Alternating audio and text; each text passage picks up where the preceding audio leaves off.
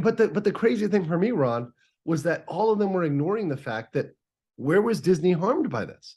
And this was the whole point. Disney at that point had zero standing because nothing happened to Disney. This entity was not Disney. It's not a subsidiary. It's not something that is part of the corporation. It is a distinct legal entity, so much so that in their regular tax filings and their bond issuances, Disney executives had to swear that these were separate entities being operated independently, one operating the Reedy Creek District, operating as a public entity, and Disney operating as a corporation. They had to swear they were separate. To violate that, to go against that, is securities fraud. Clear securities fraud, because this is a securities filing. These are securities, right? People are buying and selling these, daily. People are buying and selling these bonds, trading these bonds as securities. So to lie about that is a serious federal crime. So to me, when I heard them making this argument, I'm like, are you really serious? We're at the point where they're willing to risk that. I'm sure their lawyers, some of the lawyers were jumping up and down, but the political messaging and the message was so strong, I think they couldn't resist taking that tack, pretending that Reedy Creek was Disney, Disney was Reedy Creek. Not the same thing.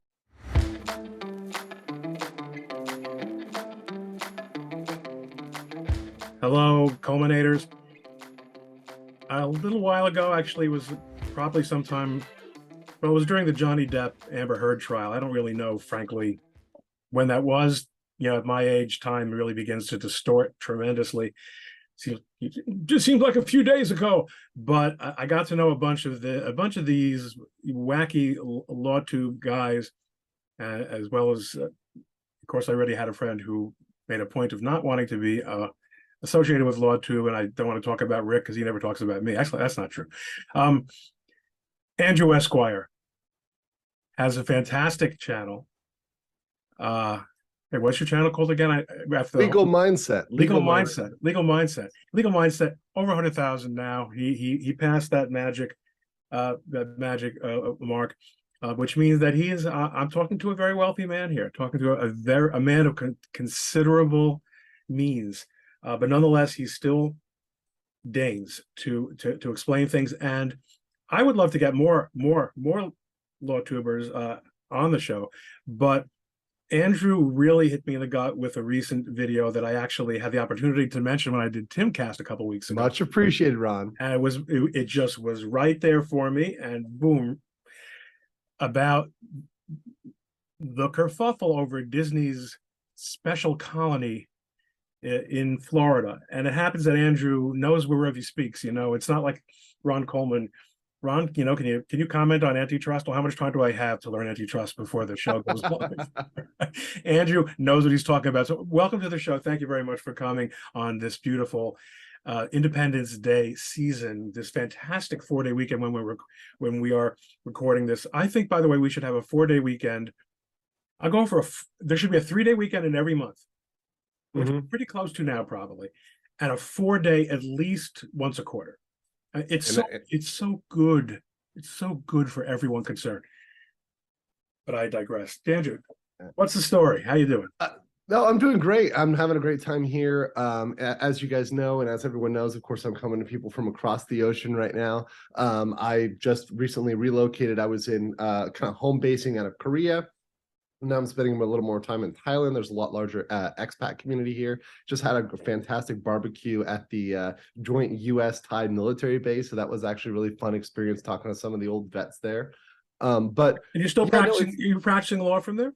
So typically what I do when I can do, and I'm still a fully barred Florida attorney. I do all my, check all the boxes off, but typically what I'm doing falls more into a consultation role right now. So I don't have to do as much, but this comes from my background. I'm a transactional attorney by trade, not a courtroom attorney, not a prosecutor, not a ADA. You've been trans for a long time before it was fashionable.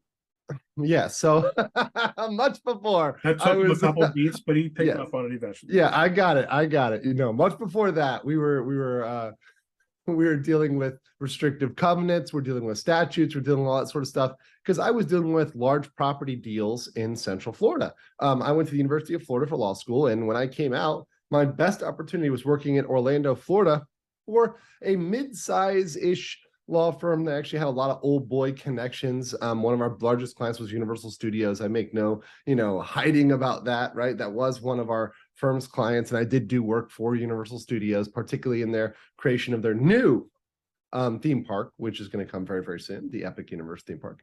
So I did a lot of the behind the scenes work on that, purchasing the land, whatnot. But my main role was representing special districts in Florida, which is this weird thing. These are these creatures of the state, these little entities, very unique to Florida. Some other states have them, like Texas, for example, has them.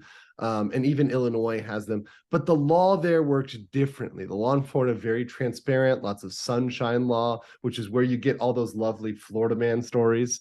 It's because our sunshine laws are so stringent in Florida that we have to release our criminal records. It's also one of the reasons why all of our trials are typically televised. So because of that strong presumption, anytime there's a Florida case, it's going to be on TV, which is great for us law tubers and those that cover these cases as they're televised. We love Florida because Florida cases are on TV and we can cover them on YouTube. But I came out and I had no idea I was going to be on YouTube or anything else. I was going to be a typical law firm man, the company man, if you will.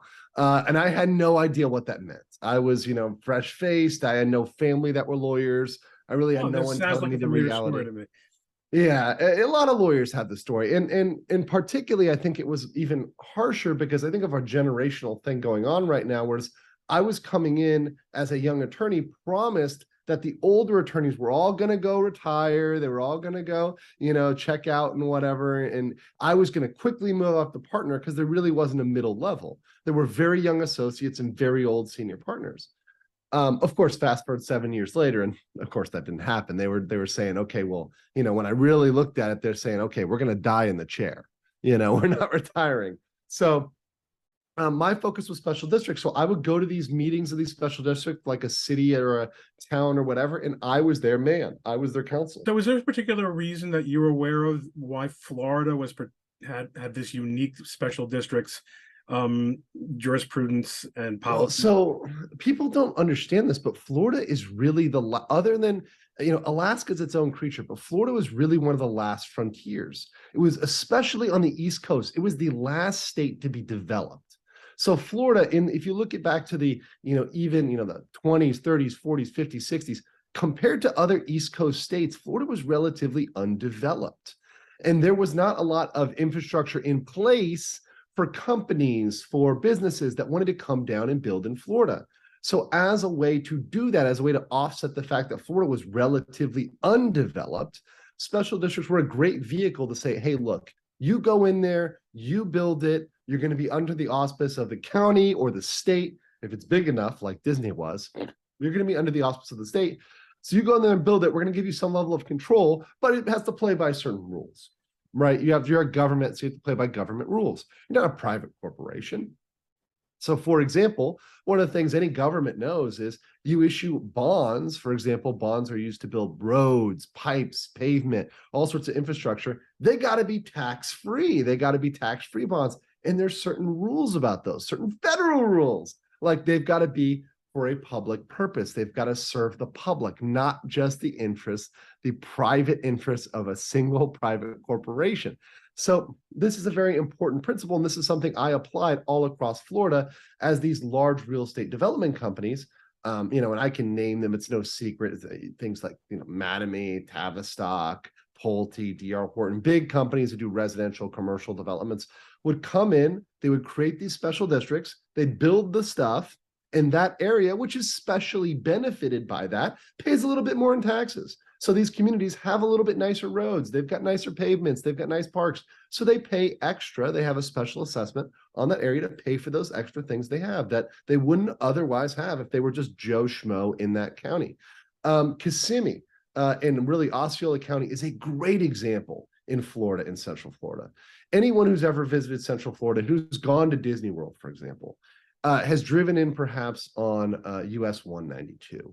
And there is no bigger change than driving, for example, from Disney World out of Disney World onto 192, seeing the very rundown hotels and motels, where, by the way, a lot of Disney housekeepers live, unfortunately, and Disney staff lives. And then looking also to the right and seeing Celebration, a special district which has A plus level amenities. But this is sort Roads, of a pavement, libertarian bridges. fantasy, right? Yeah. Give private enterprise the oxygen, the space to develop it. And guess what? Your amenities, your public goods that everybody says these are externalities and the state will never provide them unless we tax, better ones at least will develop. Yeah, and people will pay for them. I mean, and there are people that will pay for them. Some people say, oh, that'll never happen. This county is a rural county. Well, guess what? I've been in rural counties that have some of the nicest developments out there ever, that have, A plus amenities. Lake County, for example, out there, you can drive past horse pastures and into a community. There's a community called Bella Collina that looks like it's out of Italy. Looks like it was ripped straight out of Italy and placed out there in Central Florida. So you can have very, very nice communities out there where they're in the middle of nowhere. They're in a county that is. So yeah, it is a very libertarian concept in general. Now, of course, there is room for abuse. Obviously, there is an issue if you start spending tax money, right, to benefit a private corporation. That's when you kind of jump the line. And there have been cases. There was a very famous case in Florida involving a community called the Villages. Now, Ron, I don't want to call you old, but have you heard of the Villages? Let's just say I'm familiar with the entire La Boca Vista phenomenon. Okay, got it. So, sorry, Del Boca Vista, was that what it is? Like Del Boca Vista, yeah. My mother lives in a gated community in Florida, and with the clubhouse, and and yes, I am eligible to be a resident. Yeah, because all these places have age restrictive covenants. It was always fascinating to me. You can make an age restrictive covenant that keeps out the young folks, but you can't keep out the old folks. I'm like, well, that's that's not fair to me. But all right. But no, yeah, these were retirement communities. But in one of those areas, they set up a special district. In Florida, the most special district is called the Community Development District, or CDD. And they had a problem in that the company used these bonds, right, to finance certain things that were purely benefiting the development corporation and would never benefit the citizens. There was no intention for it to turn over to elected voters, no intention to turn over to the people. And this was something that was financially benefiting the corporation.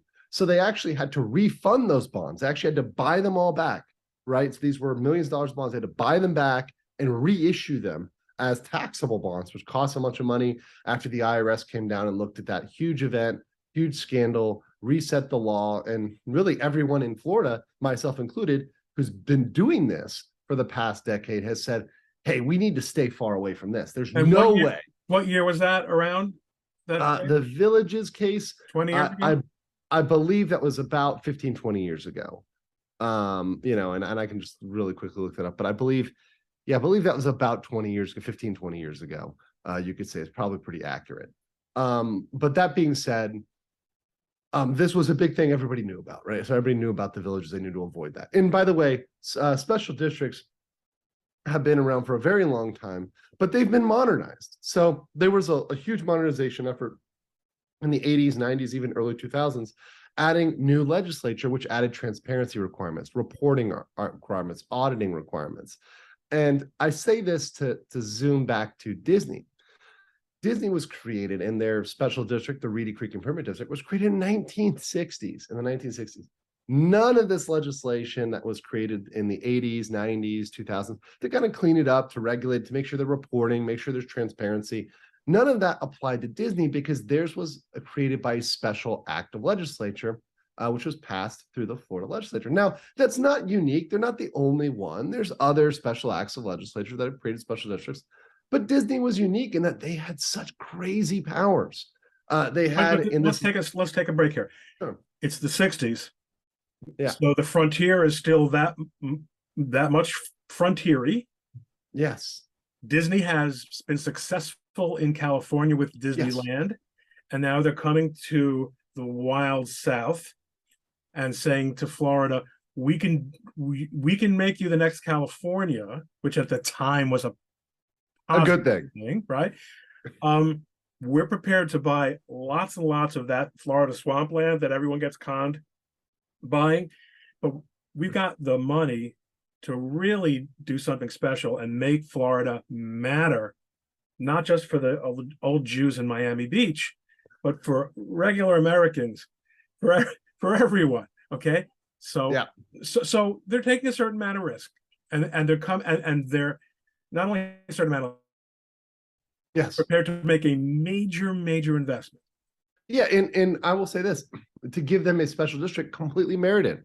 It wasn't completely merited at that point, because at that point, yes, Orange County, Osceola County, they were nothing. They were orange groves. They were military bases. There was nothing there. So yes, they did not have the infrastructure to be able to service this development. Even to this day, I would say Osceola County could not do it. Orange County could, but Osceola County certainly could not. Now, it'd still be a major endeavor to try to take that over and run it and run the services, but it would still be a challenge even to this day for both of those. So yes, having a special district was very much merited because, like you said, they're coming out there in their building. I will point out, though, that nearby Deseret Ranches, the Mormon church, people know about the Jews in South Florida, but not so much about the Mormons. They forget about the Mormons. Mormons bought up a huge swath south of Disney World, and they've been running agricultural and kind of business operations there for about as long as Disney. So up there further north in Disney World, they had these powers. Now, not just to build pipes and pavement and tax and whatnot, but also to be free from any regulation, from state, from county regulation, from oversight, to kind of govern themselves, to tax themselves at up to 3 times the rate of a normal municipality, city, county, because there were caps. Well, when you say tax free increase from caps. I mean, what regulation were they free from? Were they free from civil rights laws? Were they free from minimum wage laws? I mean, how? Right. And of course, right. When I say that, I meant to say state and local, right? So the most thing that is burdensome to most state and local businesses are state and local regulations. Obviously, things that are at the national level are going to apply, right? Oh, So no, but I minimum even wage mean laws, state level. right? I mean state. Right. And of course, states didn't really start having civil rights laws so much that early. I understand, but and I guess to a large extent, you're talking about land use laws, Development laws, right? development. Right. Okay, I get it. Yeah. So, and by the way, these were applying to the district itself. Once again, thinking about it from the beginning as a city or town, right? Rather than a corporate entity. And this is the thing that Disney has been doing, and what they've confused in the media is trying to say, well, this is like our subsidiary. This is, for example, like Lucasfilm or Marvel or whatever else you think is a actual subsidiary of Disney. In fact, they do have a subsidiary that does the contract electrical work for this special district. They work as a contractor. It's a very interesting way they do that. It skirts the line of legality. But that being said, the special district is like a city or town, right? So it's supposed to operate like a city or town. It's How supposed much to follow like the same how rules. much like the old industrial company towns of the 100 years ago is this? I would say this is very akin. In fact, whenever I compare it, I think this could be the last true company town. I think this could have been the last one if you really look at how it was structured and how it was run de facto, how much deference it was given. It really was, up until very recently, this case, and this turnover being the thing, it really was the last major company town in America.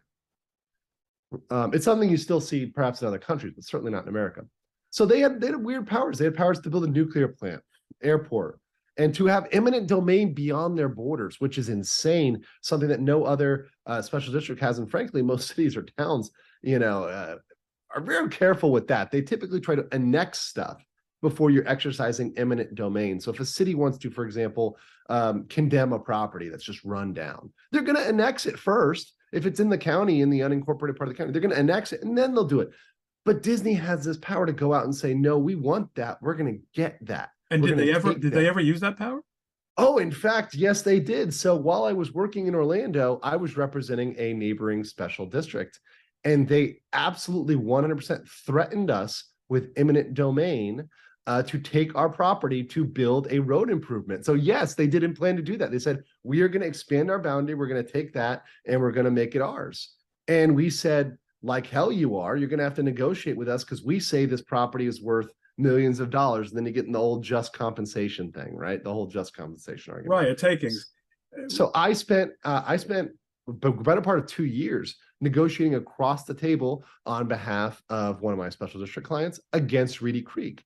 And what was funny to me, working both with that client and representing Celebration. I represented the Celebration Special District, which was created by Disney, but had turned over to resident control. And outside of the parameters of their Reedy Creek district, but still had some agreements with it. Whenever I would negotiate with Reedy Creek, I was always negotiating with Disney. Disney executives, Disney lawyers, Disney engineers, they were always on the call. So we knew, the people that were there, the people that were on the ground like myself, we all knew, hey, this is really a dangerous facade. They have people copied on emails. They have people giving approvals, right? It is just Let's flesh this out a little bit for the non-lawyers, because sure. it's obvious to us why that's a problem. But Sure. What I hear you saying is that Disney's supposed to, it's given that this special district was created for Disney. Correct. When you're dealing with this, they're treating it in every respect exactly like a subsidiary. Yes.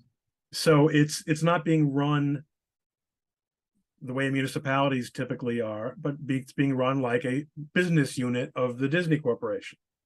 And you can understand this from a corporate perspective. People can perhaps understand this with piercing the veil with their LLC, right? So if you're running it like a personal bank account or using it, for personal expenses, whatever, the protections, those limited liability protections would be pierced for an LLC or any other corporate entity that you're just using as an alter ego. That kind of case law is fairly out there and easy to understand. So it's not one-to-one analogous, but I think it helps people understand what I was looking at in terms of the alarm bells going off, saying, okay, this is a problem. And this is before DeSantis was even in power. This is actually before DeSantis was even elected. So this was something that was clearly an issue going back in time. But of course, I wasn't a law tuber then. I was just a lawyer in Central Florida representing special districts. But a funny thing happens when you move around, and when COVID happened. And that is, I ended up, after I learned I couldn't move up and the folks were never going to retire and let me hit senior partner and take over the business unit, always wanted to have the little hand of control in there. I moved in-house. So I moved for a very large corporation. I was doing hotels, timeshare sort of stuff. So still real property related, still largely looking at Florida law, Florida statutes. But then COVID happened. And when COVID happened, I had the ability to work remotely. And I also saw, even in states like my own, even in Florida, a large loss of our rights, our liberties. I saw the lockdowns. I saw what happened in terms of people's speech being silenced. And I said, I've got to speak up. So I got on YouTube. And, I said, I'm going to get on here. I'm going to talk. And lo and behold, after a little while, this guy, Joe Neerman, gave me a chance on his show. And he put me in touch with Mr. Nick Rekieta, and the rest is history. And we're sitting here today. Joe was on before you. Yes. There we go. And you lapped. There we go. Yeah. You lapped him. Admit it. Say it. Okay. Listen, Joe was on before me.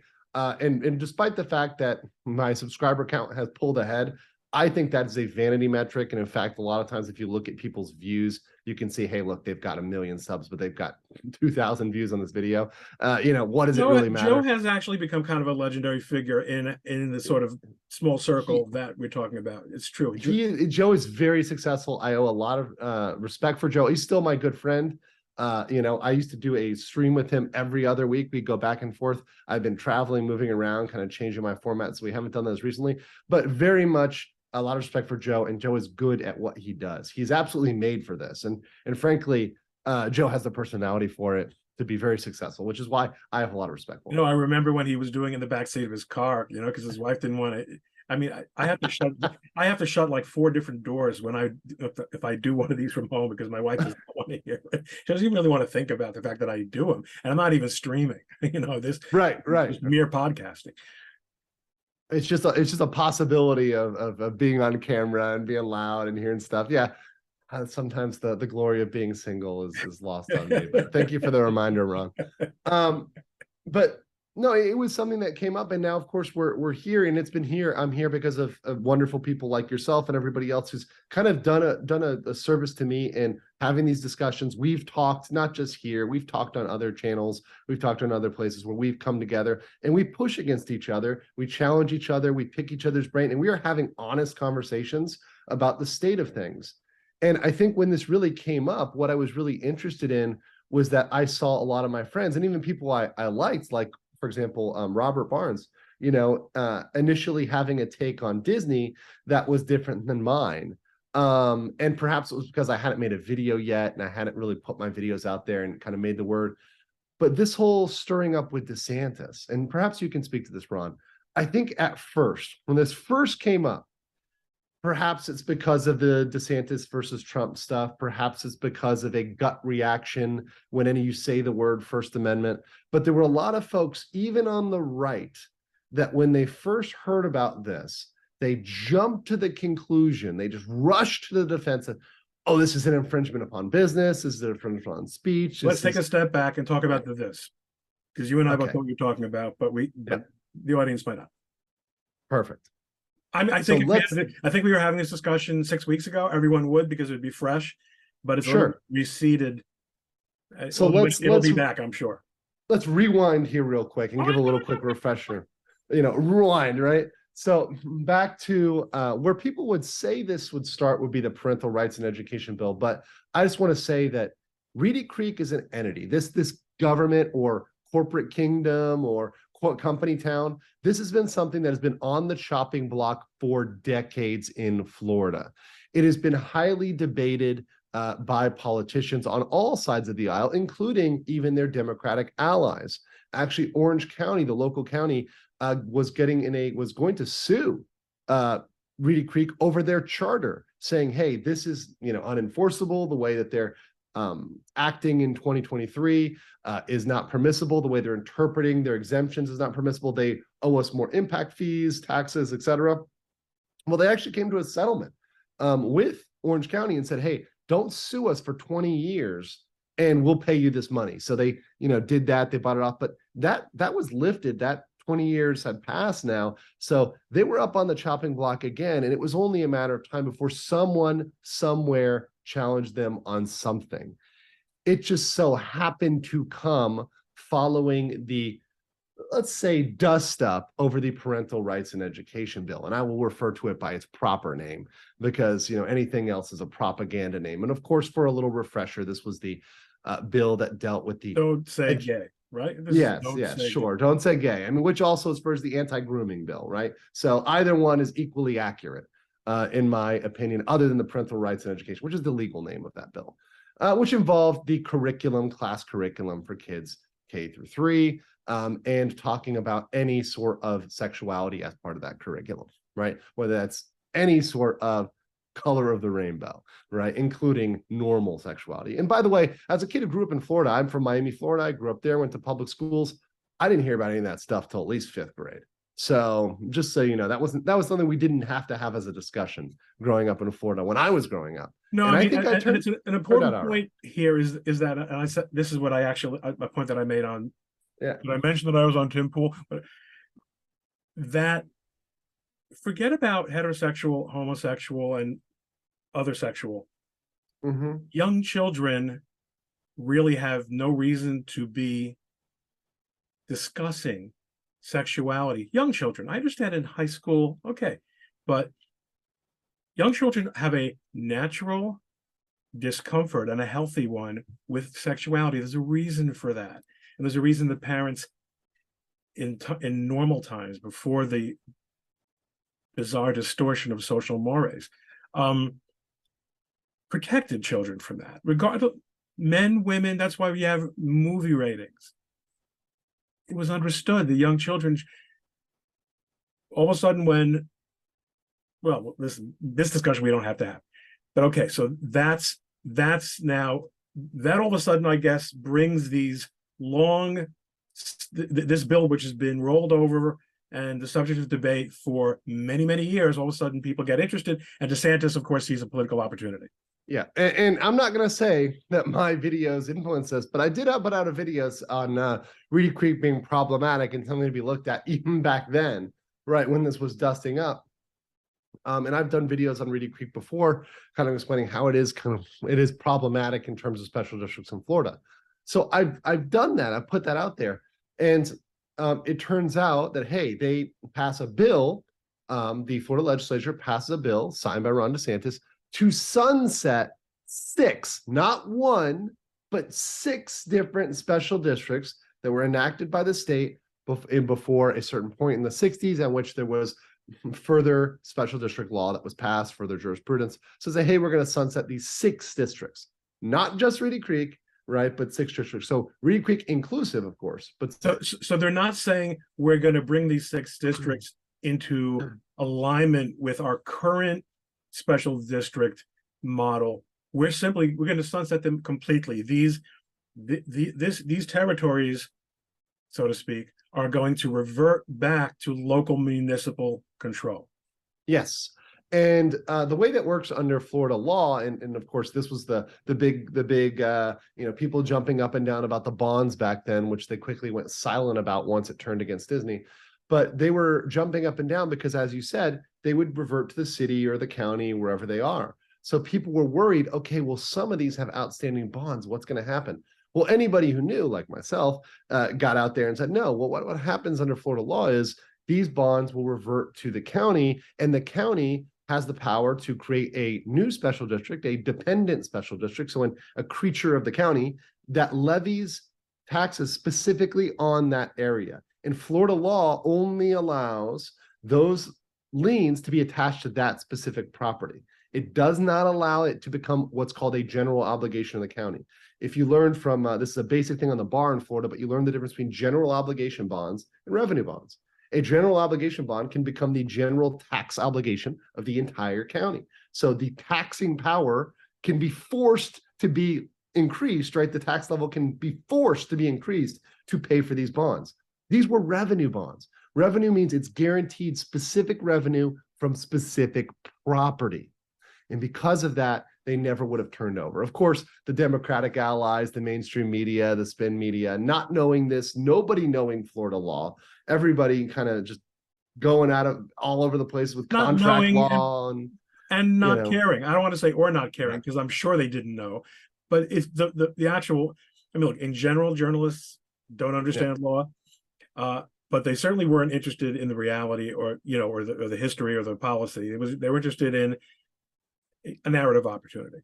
Yeah, and it was a good narrative opportunity and a very good one against a political rival. I mean, as you said, many on the right, not anyone I really hang around with, but some people traditionally known to be on the right said, "Oh no, this is really a problem. Gosh, here you can't have government focusing on one company," which is it's amazing to me. It's like there's libertarians who forget that corporations are creatures of the state.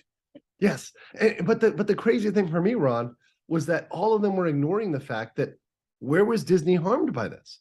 And this was the whole point. Disney at that point had zero standing because nothing happened to Disney. This entity was not Disney. It's not a subsidiary. It's not something that is part of the corporation. It is a distinct legal entity, so much so that in their regular tax filings and their bond issuances, Disney executives had to swear that these were separate entities being operated independently, one operating the Reedy Creek District, operating as a public entity, and Disney operating as a corporation. They had to swear they were separate. To violate that, to go against that is securities fraud. Clear securities fraud, because this is a securities filing. These are securities, right? People are buying and selling these, daily. People are buying and selling these bonds, trading these bonds as securities. So to lie about that is a serious federal crime.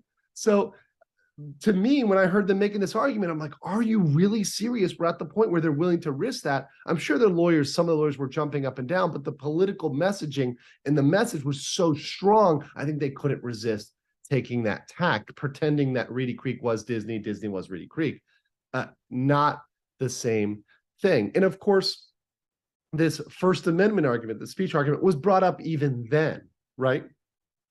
But the cases that are cited, and that Disney even cites in this recent case about First Amendment protections, they really apply to when Disney says, well, governments can give people entitlements which they're required to follow by and not retaliate against. But the case law coming for that, for example, is the car case where, for example, they had a certain list of vendors for, I think it was car mechanics or contractors that were on a contractor list, and they were removed from the list for not voting for the mayor. right? But that's not what we have here at all. What we have is, not Disney. Disney was not affected at all. Disney was never taken off a list. Nothing happened to Disney. This separate entity. There's a doctrine called the government benefits. Yes. Not only can the state not not mandate speech based on viewpoint, but it also can't withhold benefits based on viewpoint, except in narrow exceptions, where, for example, the government viewpoint itself, where viewpoint is part of what is being promoted by the statute. And that was the premise of the First Amendment case that I was involved in, involving the registration of trademarks. And I understand that. I get that argument. And like I said, if it had been a Disney thing, I probably would have been with you. If it had been a Disney thing that had happened directly with Disney and it accrued to Disney as a corporation, but this entity was not something they're entitled to. There are 1,900, almost 2,000, I'll say effectively 2,000 special districts in the state of Florida, more being created every day. So, I mean, it'll get past that number very quickly. In other words, it's a successful model. It's a success. Very successful. Works for Florida big time. Very successful. I mean, the fact that I had a niche area, a niche practice that pretty much solely practiced in special districts. And now, look, I'm not saying there were tons of people. There were probably 10 other lawyers who know about special districts in a deep way like myself. I just happened to be one of them, and I happened to be on YouTube. Now, to be clear, there was no direct connection between the Disney woke issue and the special district. In other words, you might say there was a cause and effect politically, yes, or culturally, but it's not as if the state said, or DeSantis even said, listen, in order to get Disney to stop being so woke. But the argument was made, right? That I don't think we actually were explicit about this. Disney started pushing back about this, the Don't Say Gay bill. Yes, correct. Let me be very clear. After internal revolt, right? Because they started all of these equity groups, these community groups within Disney, started under Bob Iger, a very, very Democratic leaning, Democratic presidential hopeful within Disney. Who was tending to remove, and did successfully remove during all this, his successor, Bob Chapek. So, Bob Iger went out, Chapek came in, then Chapek went out, Iger came back. And in the wings of this happening. So this is something that, and Bob Iger, by the way, at this point, never really left Disney, because even though he retired as CEO, he was still on the payroll, on the dole as a high paid consultant, and he had an office at Disney. So the scuttlebutt, and I tend to believe the scuttlebutt, particularly brought up by my good friends WW Pro, Valiant Renegade, these Disney guys who know more about this, who have been working a lot with on this. I've been on a steady diet of that stuff. Valiant's a great guy. These guys really know what they're talking about, and I like collaborating with them because they've got that perspective. And it pretty much is very clear that Bob Iger orchestrated this to remove Chapek, to get back in, and as well as to cause this fight with DeSantis, because this is something that politically would have been a strong move. It's Mickey Mouse versus DeSantis. But it's fascinating though, because all these Disney trashing channels, they talk about the Disney's extraordinarily precarious business situation over the last year or so, last couple of years. They, and this weekend, and the Indiana Jones Dial of Destiny failure, yeah, has been, I mean, these guys are going nuts. And I think I like about your friend Valiant is that he's very measured. I mean, yes. I love Nerdrotic, I love Gary, but his politics are front and center. Val, I think, comes across as very, very balanced, and talking about a much smaller channel, but I think he's going to continue to grow. But and he's focused on numbers. He's focused on numbers, dollars. Yes, and he's very, very meticulous. But what I see is that none of them are talking about this political angle that you just mentioned. They're all talking about the business, the hotel failure, lots of bad business decisions that were made, and that certainly makes it. If your hypothesis is right, or what people are telling you is right, those certainly make an excellent cover. But then again, the entire arc of Disney's corporate governance for the last couple of years has been politics over business. And absolutely. And we've seen this, and this is certainly why I like to look at things, sit back and zoom out and look at the boardroom and the courtroom as closely related. I think that, politics, the boardroom, the courtroom, these things are going together. So I think you do have to look at law, business, and politics, because lately these things have been entirely intertwined, right? Very closely intertwined.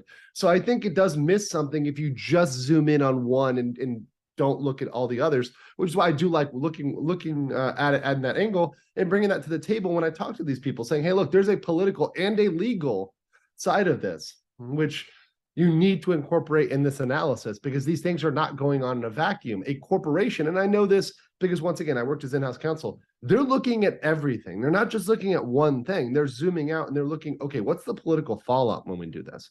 And they certainly knew where this was going to put them politically, particularly going into an election season. Where do things stand now? So right now, where we're at right now in 2023, it's the first week of July when we're recording this. I don't first week of July. I'm not going to let this get very moldy, because I do want to. It is a little bit more time sensitive than some of the other stuff I'm doing. And we may. I'll say this right now. We may have some action in both of the cases within the next 30 days. So if this goes out beyond 30 days, hey, or even 15, perhaps, if they judge rules quickly, there could be a change in this. But right now we have two lawsuits. We have one in state court, which the mainstream media is not talking about. They're doing their damnedest to avoid talking about this. There's one in state court for the Central Florida Tourism Oversight District that is the successor district. So the Governor DeSantis and Florida legislature appointed board that succeeded Reedy Creek. They're suing Walt Disney World Parks in state court in my former district, in the 9th Judicial District in Central Florida, right there by lovely Lake Eola. And and what's their claim against Disney? So that issue is rooted in state law. That's why it's the proper case, because, of course, as you know, property law, very much state law related, very much statutes related. There's a lot of both statutes and property law, contract law that is triggered by that. The long and short of it is, in the last minute, before the district transitioned from Disney controlled to DeSantis controlled, they made these last minute development agreements and filed these restrictive covenants. Now, if you know anything about restrictive covenants, there are very specific elements to create a restrictive covenant. A restrictive covenant is like that thing that's in your HOA, your homeowners association, that says you can't paint your house purple, or you have to cut the lawn on a Tuesday, whatever restriction they try to have. These are private restrictions. Now, these are generally enforced. These are generally okay, but there are certain elements and requirements to enact restrictive covenants in the state of Florida. They also tried to enact a development agreement. Now, this is a statutory agreement. This is not freedom to contract. This is not something you and I, Ron, can just do willy-nilly. This is a specific type of government to private entity agreement that deals with development rights.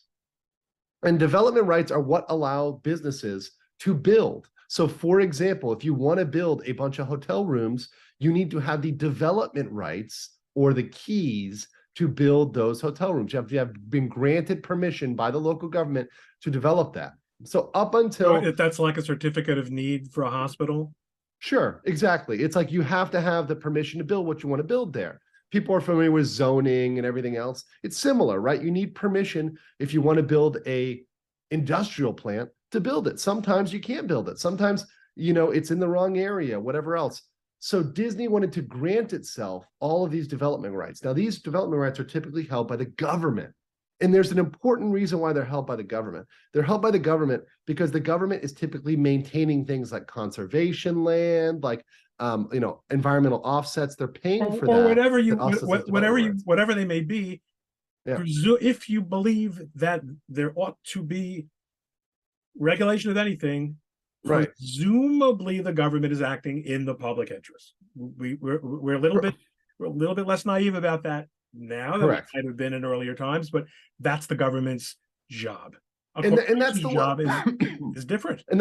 And that's the way it is everywhere else in Florida, right? And that's the way, not just Florida, but across the nation, right? The governments are vested with these rights. Now, we can go back and you and I could have an hour talking about Euclidean zoning and my issues with Euclidean zoning. That's a whole separate Maybe we should do that. Maybe we'll do that on your show.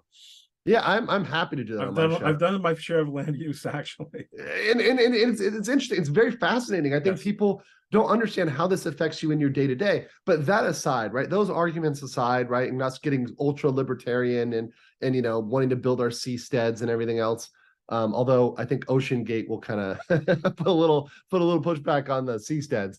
But that being said, um, these rights were passed at the last minute with no notice. The notice wasn't proper.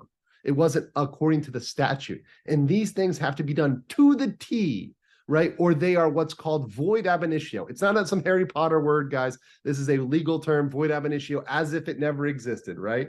So it is as if the contracts, the agreements never happened. The restrictive covenants were actually embedded within the development agreement, so the development agreement permitted them to be recorded. So this lawsuit seeks a judgment against the development agreement, saying the development agreement is void ab initio. Everything that was done thereunder is void ab initio. Now, the district itself and the Florida legislature have said they are void ab initio. However, the rule has always been, even in the statute, for the judicial branch to confirm this and to make sure this is absolutely cleared out. And also, the judicial branch is allowed to fine or punish the entity, which would be in this case even Disney, if there's any improper action here. So if there's anything that was done that was improper under the statute, it's within the parameters of the court to issue certain sanctions under the statute, and they've got to determine that themselves. So they've got to go through that process of looking at this, making sure these are voided, clawing these back. And why this matters is Disney has a federal case going on right now. And the majority, 4 out of 5 of the claims, are all based, their standing is entirely based upon these last minute 11th hour contract, these agreements, right? If this agreement is void in state court, they have no case. Because what they've sued under is primarily contracts clause, takings clause, due process. That's their primary way of attacking this, right? So because that's their primary mode of attack, and you actually see in their complaint that they argue contracts clause, takings clause, and due process first, right? Which, if you know anything about structure, you typically lead with your strongest arguments. The First Amendment is at the very bottom, is at the absolute end. So if these are voided, they've got one single cause of action, one single First Amendment against DeSantis, and good luck with that, saying that, hey, we're going to claw back this action related to RCID because DeSantis has said some mean things about Disney once. If that is the legal standard in any jurisdiction, we're definitely doomed, because people are saying mean things about all sorts of people all the time. Right. I mean, look, the exception is Donald Trump. It might also be Ronald DeSantis, but we'll see. But as you said, it's a very, very different case going in there on First Amendment grounds only, compared to going in there on these statutory, these traditional statutory and common law grounds. Yeah. And it's also an even differenter case if you've filed 5 and you end up with 1, that sort of colors the 1 inevitably. And let me be clear about where we're at. In both cases, we have dueling motions to dismiss, right? So obviously Disney wants the federal case. They want to be in federal court. They think it's more favorable to them. It's favorable certainly to their PR argument, to what they've put out, what they've endorsed, what they've talked about. So they want to be in federal court. So there's Southern District, I assume. Yes. So that's going to be more favorable to them. That is a pretty. Oh, excuse me. I'm sorry. They're Northern District. They're Northern District. Okay, so yeah, sorry.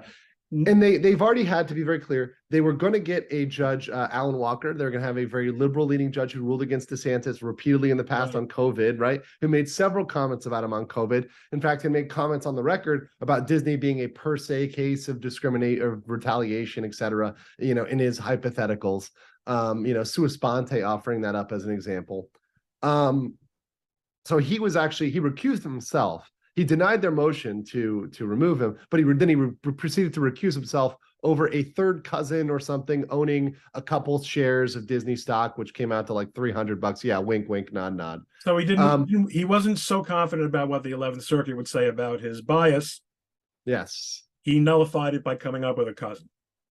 Exactly. And now it's in the hands of a Trump appointee, a different judge. So that's going to be up now. So obviously there's a motion to dismiss the federal case, which there's two motions actually, one that the district is bringing and then one that DeSantis is bringing, because DeSantis wants to remove himself as a party. He wants to get out of it and say, hey, look, all I did is sign the law, right? The proper party, and I said this from the beginning, is the district, right? Is to sue the district because the district is really the one taking the actions. I do understand that, hey, one of those causes of action is entirely aimed at Ron DeSantis, right? Entirely aimed at his speech and what he said about Disney. However, now we're going to have a ruling on which one is right. And I am very certain that it is not going to go Disney's way. Well, that being said, what has in 2023? It has been their year. Because according to their narrative, right? According to their narrative, the only way for Disney to get a win here is if the state case is entirely dismissed and so the state case completely goes away. And then the federal case, they get to keep all of their claims and they're completely there. All the parties get to stay around, all of that's not going to happen. Is there a stay in the federal case? That would seem the most logical. There has not been a stay yet. And that's what like you said, the most logical thing is a stay, right? So the most logical thing is a stay or a dismissal without prejudice, right? One or the other. Effectively, it's the same result. Right. So saying, hey, we're going to leave this pending the resolution of the state case because you're predicated on the state case. And it's ironic because Disney tried to argue in the state case that everything is moot because the legislature and the district ruled these agreements void ab initio, but yet they're still keeping their causes of action based on that in the federal case. So clearly there is a need for a declaration by the judiciary that they're void ab initio. So Andrew, this is great stuff. And I really thank you for spending, the better part of 3/4 of an hour. I think we're right up to the minute. Yeah.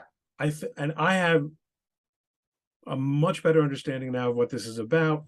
And I think it's going to be valuable for everyone concerned because this litigation has not gone away. No, I do think that this is one of the few attacks on DeSantis that has not come from Donald Trump in the last several months, which is it's the kind of thing that you would think all conservatives would agree on this on the merits, but not everyone thinks things through. But certainly not everyone has the level of understanding it and that you do in the subject area. And we'll keep an eye on it, and hopefully we'll have a chance to check back with you after a future development. And I say to my conservative brothers and sisters, when I issue critiques or kind of educate, it's a mean to educate and to help everybody understand, because I truly believe there's a lot of good people out there who simply didn't understand the issue. And that's why I think we exist. That's why your channel exists, to help people understand, to help people come around and get a better grasp of these legal issues and the breadth of these legal issues. Andrew, fantastic.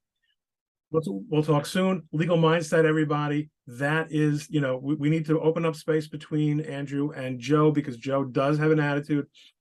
No, it's all my friends. It's a good time is had by all. And also some of the best drama.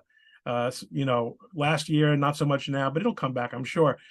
And again, Andrew, stay.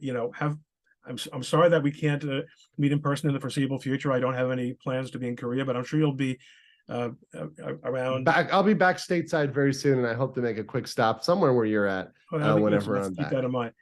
All right, so long. Thanks again. Take care.